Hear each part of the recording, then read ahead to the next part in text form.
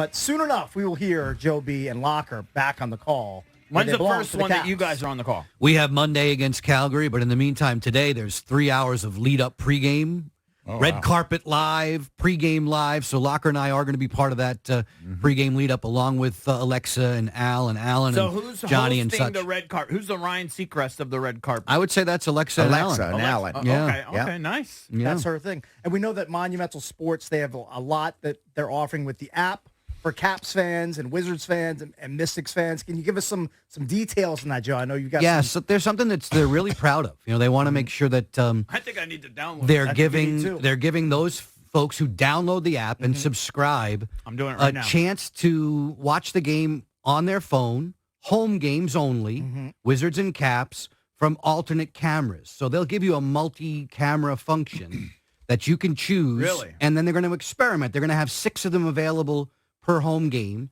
handheld cameras, robo cameras. You can choose your option on the phone when the Caps are at home. You become like Craig Laughlin, color analyst and executive director. Very good. So it's your choice. Now I have a question. You have to download and subscribe. All right, I'm downloading right now. Yeah. Now, I travel a lot on the weekends. If I'm in New York, will I be able to use the app, or do I have to only be local? It's a great question, and it's above my pay grade. That's when you go to the FAQ page. That's what you do for that. But from what I understand, the last couple of weeks while we've been doing preseason games and getting things up to speed on Monumental Sports Network, the app has been a very, very important, prominent piece of what's going on with the new Monumental.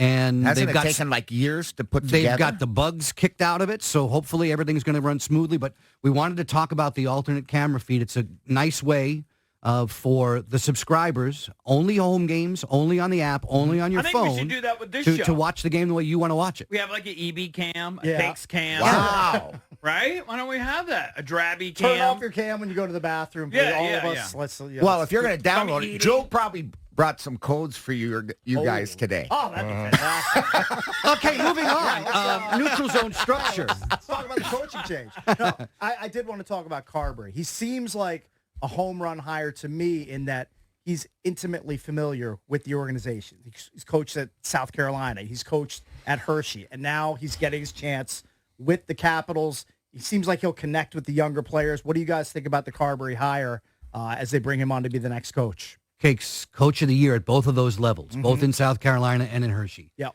Very, very highly thought of around the NHL. He was the, in football parlance, he was the coordinator that you wanted to make the next head coach. As an assistant coach in Toronto, I think he made his bones there. But now, you said it, he's well known within the organizational walls from his time in South Carolina, in Hershey. You've seen him. This group of players has seen him both as their head coach or at least in a coaching capacity at training camps in the past. So he's very familiar with this group. They are with him.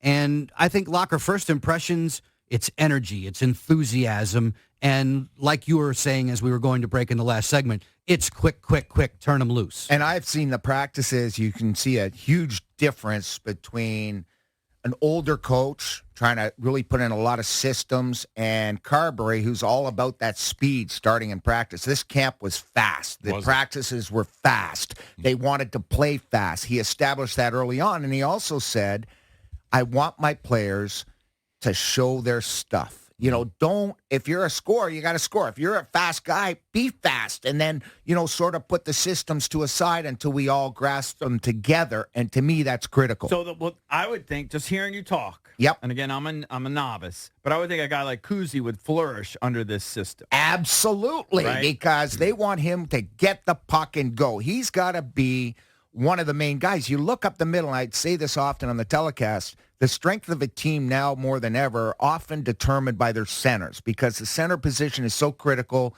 at distributing the puck in the neutral zone, creating plays, being the first guy back to get the puck and go on the attack. So now the Caps have healthy Backstrom, a Kuznetsov that you can say maybe he's going to be a little freer to wheel and deal, which is his strength, right? Kuzi, right. That's his thing. Yeah. Then you have Strome as the third center, which is strong after Stromer's year last year, and I expect even more this year. He can put up points, and then you have Dowd. So up the middle, the Caps on paper right now to start the season are very, very strong. By the way, it seems like Kuzi was not shedding any tears for Laviolette moving on to New York. Is Connor McMichael, is he going to take the next step? this year, do you think? It's his turn. I don't even know what kind of numbers he put up last It's his turn, Bish. Yeah. And I think he's resigned to the fact that he's going to have to make his bones in the NHL as a winger. Mm-hmm. I think he would dream of being a center, but we just detailed how deep the Caps are down the middle. Right. So he's going to have to make this team and play well as a winger. And there was a game that we saw in preseason, and I realized preseason is summer hockey. It doesn't mean anything. But he played a game, it was in Boston, that was fantastic. And I think winning the Calder Cup championship with the Hershey Bears last spring, summer really benefited him.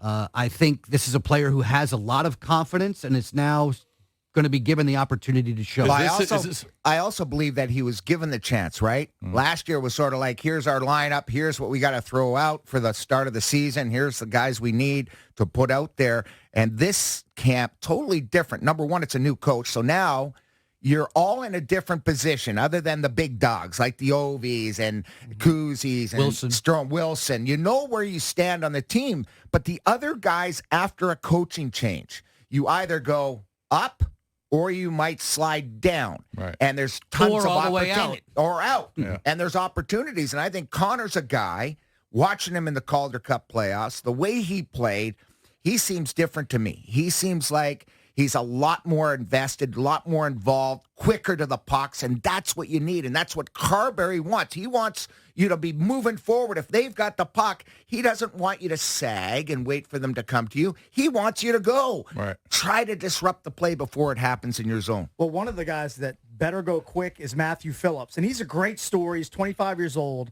He's listed as the lightest player ever to make an NHL roster. Now, Tell me, I don't know his deal. Some spots you'll see him at 5'7", 140. I think the Caps are giving him a little bit extra, like 5'8", 160. Like, that's a dude who's going to need to scoot around the ice to stay away from the big monsters out there. I'm 6 foot tall, by the way. Okay, so exactly. I see what you're saying. In the program, I'm listed at 6 foot. Okay, then I'll believe it. 5'7", 140. Wow. How old is he? He's 25. Wow. So He beat a first-team All-Star in the American League who scores goals in the 30s, who doesn't know that he's the smallest cat on the ring. Mm-hmm. He doesn't care. He is fearless in that sense. His quickness is good. His ability to avoid confrontation has to be really good because I don't know that I've ever seen a professional hockey player smaller than Matthew Phillips. I don't. Mm-hmm. There are a number of really good ones in the league that I can think of now who are in that 5'6", 5'7" kind of range. But they're not. Marty St. Louis. But there's only so many Martin St. Louis. Wasn't it? Yes, he was. And just But in Matthew, though, you look at him, again, it just tells you what Carberry and his staff were looking for. Mitch Love had him for 2 years. He knows him. So he's obviously a big fan favorite for Mitch Love, one of the new coaches. So all of a sudden now you've got him behind it, but you still have to perform.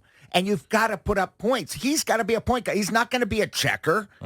He's a scorer. He's a power play guy. We need a goal late in the game. He could be the guy on the ice, and he showed it in camp. So this camp a little different than past years where there were open slots. And he proved to the whole coaching staff and Brian McClellan and everybody that he's set because he made the team out of camp. Can he stick? That's a wait and see. And all that said, he may not even play tonight. You know, the choice is, it's funny, the choice is between Matthew Phillips, we're talking about his stature, and a guy who's 6'7". Right. In Alexei Protas. So there's maybe it depends on the there's a matchup. there's a big difference. Did I hear, again, I feel stupid asking these. Didn't I hear Carberry, is he like a genius with the power play or something? Like, that's what he did what's his really strength? well? In the last couple of years in Toronto, he was working with a Toronto power play that is just loaded with studs and talent. Kind of differences And again, his mindset for the power play game, I think, is a very good one. And he'll have input on the Caps power play, but for the most part, he'll delegate that to Kirk Muller. And on the power play, what you're going to see, it's like everybody's been saying. Our colleague Alan May said they've got to have different looks. They've got to have different things. Even last year he was talking about that. So you look at that, and they've made that transition. So it's like he said, they know what the Caps are going to do. We know we always look for Ovi, but we want to make it difficult on the penalty killers to know that that's not our only options. He wants to start making penalty kill units around the NHL. Beware of not just the Ovi shot from the office or not just the bumper shot.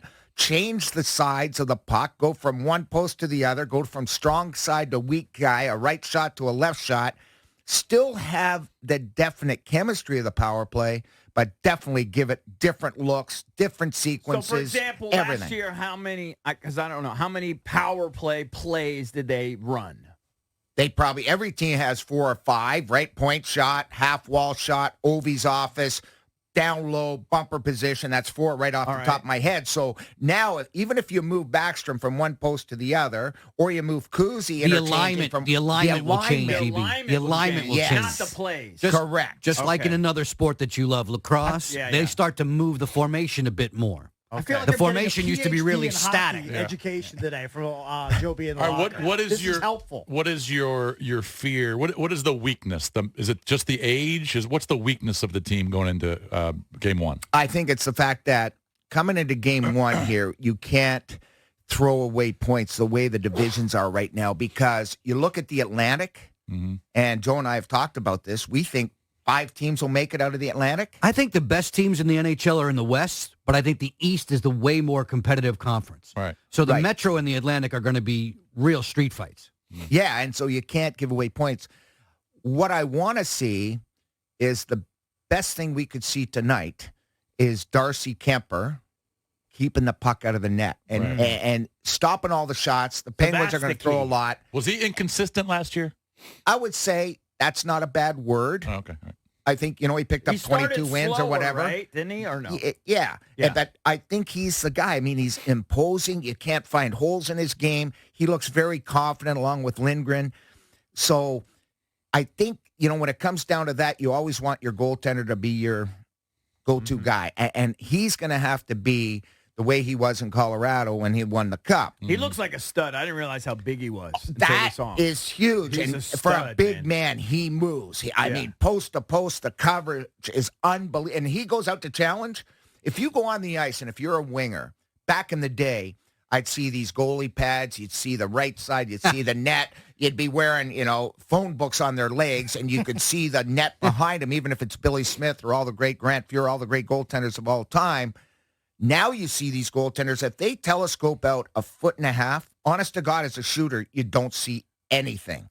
That's why this day and age in the game of hockey, instead of going north all the time, you got to go east-west against these guys, because once they go east-west, they open up, they go to the butterfly, and now you've got holes under their arms, over their left pad, but it's got to be precise now. So that's where Darcy, I think, he's a precision goaltender, and I think he's going to be a huge reason the Caps will have success this year. Capitals fans want him and Lindgren to steal a few more games. Gotcha. They were sound. They were good to very good last year, but please, Darcy, Charlie, can you steal us 3 or 4 wins? And that could be the difference between being out of the mix or being in playoff position or fighting for a wild card contention. How many times can my goalie, geez, we were so badly outplayed, outchanced, outshot, but Darcy stole it.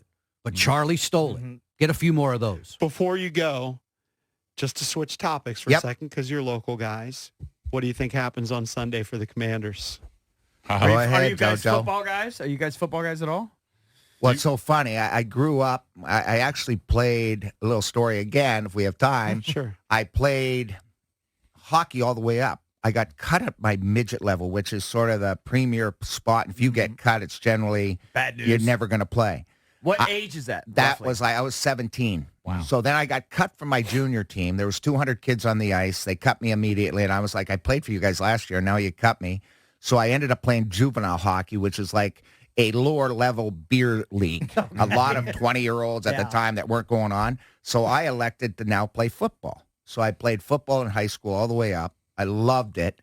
I was actually a ball boy for the Toronto Argonauts when we had Jim Stillwag, and I think he was one of the finalists for College Player of the Year. I had Joe Theismann as a QB. I had Billy White Shoes Johnson back in the day. I remember all these because I was a big Toronto Argonaut fan. Go Argos. And a football fan. And I came here in the 80s, obviously, with Rigo and Joe Theismann and the teams they had in the early 80s here. I got hooked.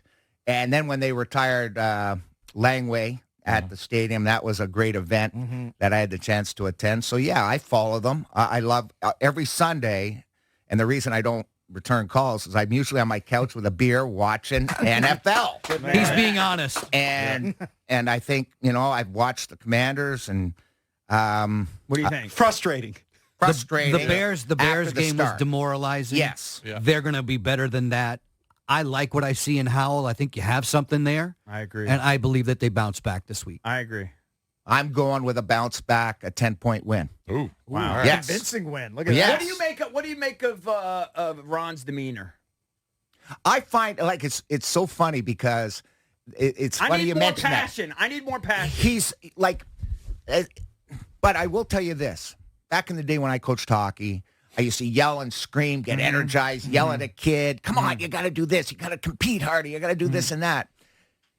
At the end of the week, I now see the coach's job is done through in the course of the week. When he's on the sidelines, his demeanor is like, guys, we've done all this. We've watched tapes. We've went through our plays. We've went through our play calls.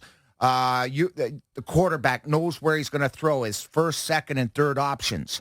He's like this on the sidelines, arm crossed, because I think they have done their work, but that maybe they're not seeing it. I'd like him to get a little fiery when things aren't going right. Even if they get a bad call, run up and down the sidelines. Like he's getting. Yeah, run up and down the sidelines and start yelling at the ref and throwing the flag and trying to hit him with her or whatever. Get the team excited. Yeah, like when you're coaching at media day, just like that. Exactly. I know how you coach at media day. Oh, Coach yeah. Lally He knows would do how to that, push right? buttons. Coach Lally would get Yes, fiery. he would get fired up. Yeah. But I think it's at the point sometimes where now you see even NHL coaches, because they communicate so well with the players behind the doors and behind in the locker room, that now you want to stand. Like when I coach youth hockey now, to be honest with you, I like getting the work done and then watching the work play out. Yeah. And you know what? Like I want them to also be energized themselves. Right. Self-starters. Yeah.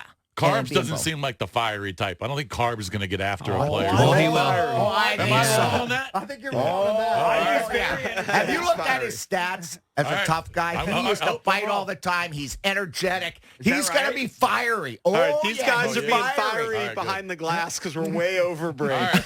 All right. Hey, thank you guys. Thanks for coming in, so guys. much. We just got to do this more often. Yeah. Joe Beninati Valdez is coming in with a Absolutely. hook now. Yeah. joining us from the Monumental Sports Network. Our We'll be pleasure, right back. guys. Thank you. Thanks.